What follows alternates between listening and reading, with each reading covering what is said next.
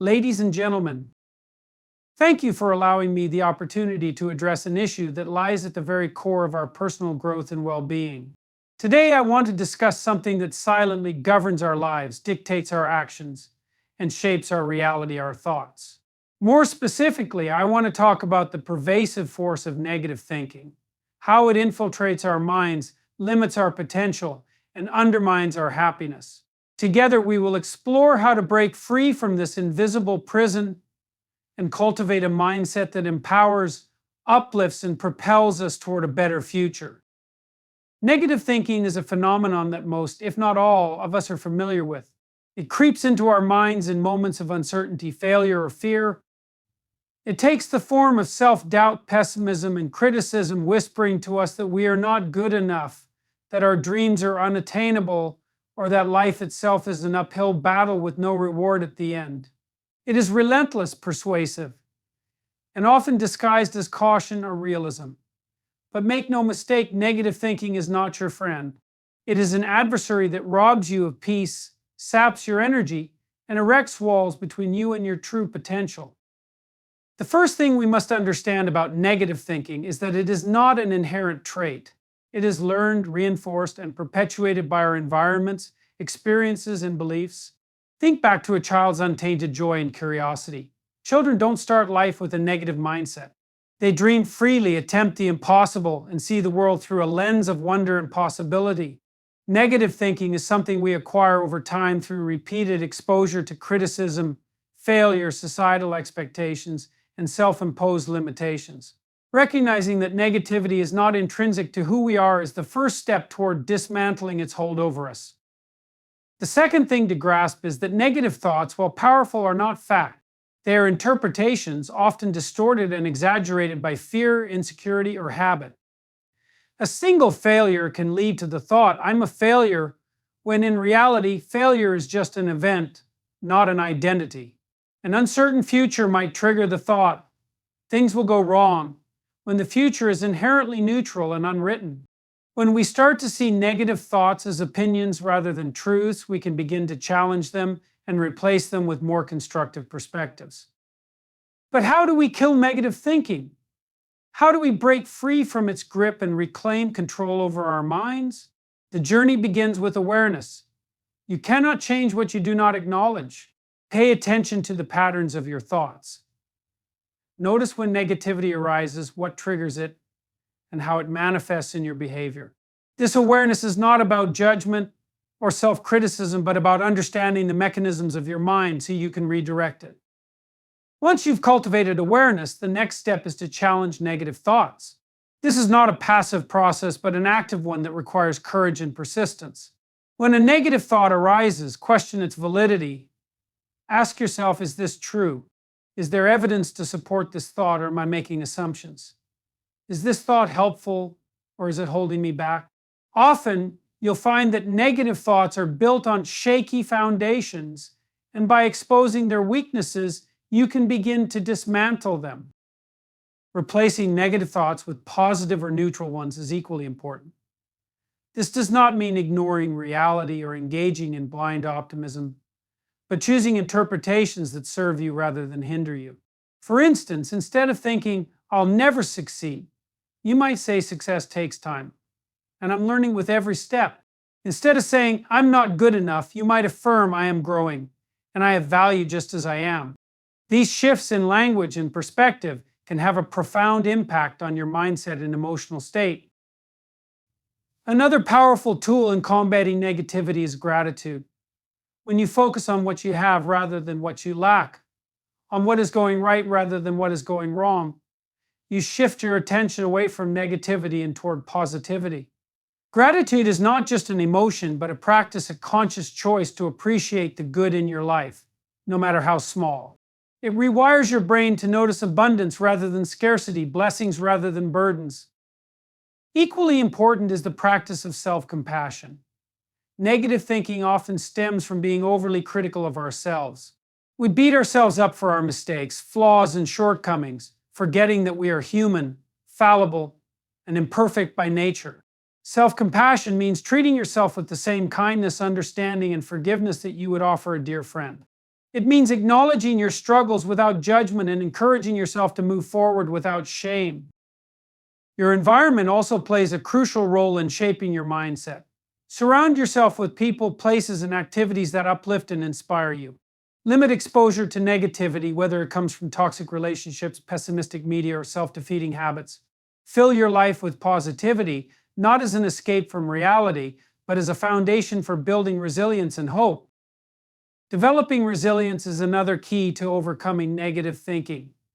Resilience is the ability to bounce back from adversity, to see challenges as opportunities for growth rather than as insurmountable obstacles.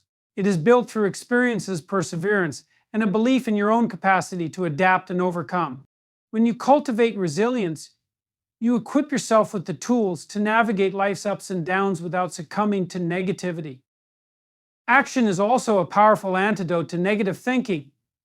Negative thoughts often thrive in the absence of action, feeding on our fears and uncertainties. But when you take steps toward your goals, no matter how small, you build momentum and confidence. Action reinforces positive beliefs and creates evidence that counters negativity.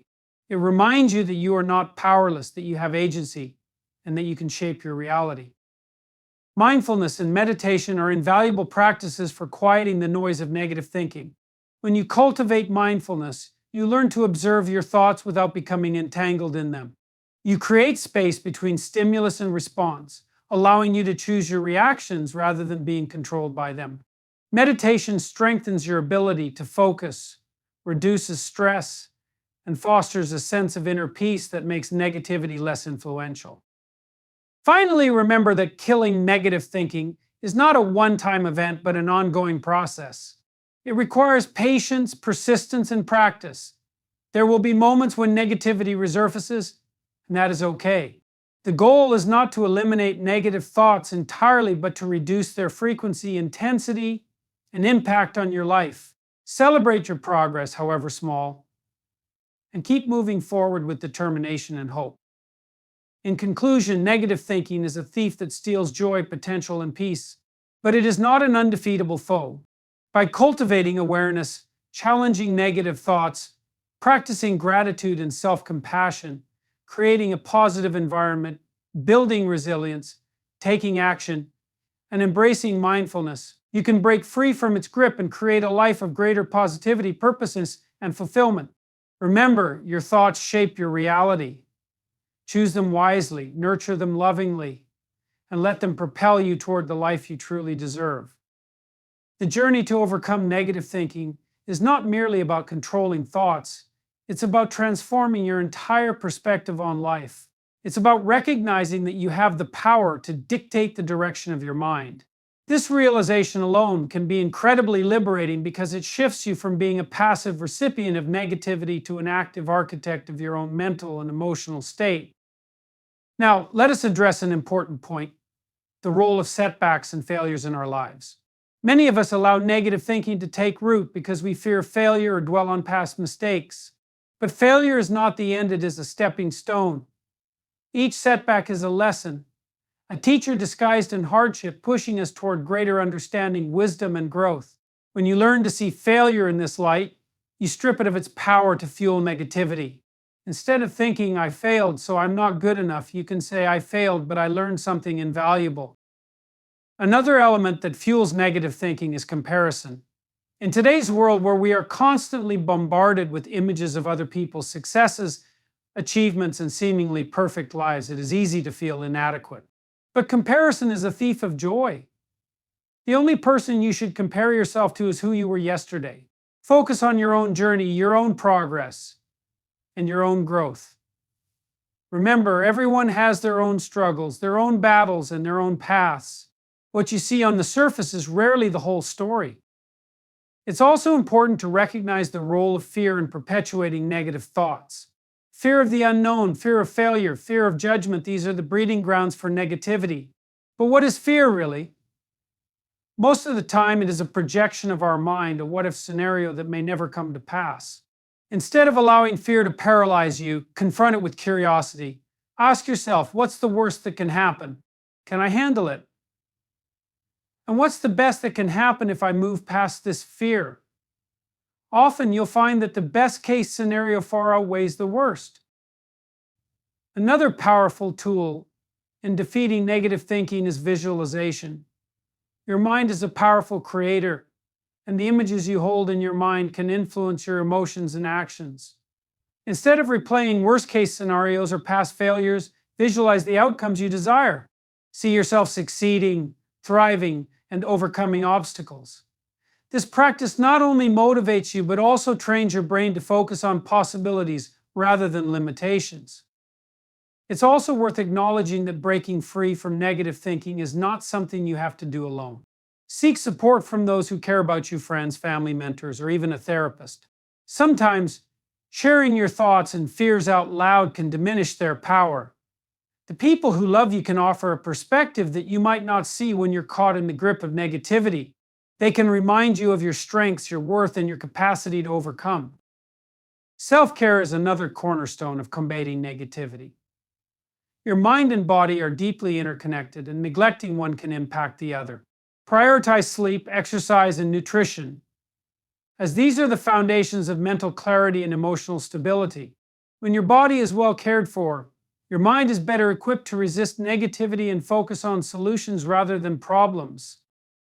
Spirituality or a sense of purpose can also play a vital role in transforming your mindset. For some, this might mean connecting with a higher power, finding solace in prayer, or meditating on life's deeper meanings. For others, it might mean identifying a mission or passion that gives their life direction and meaning.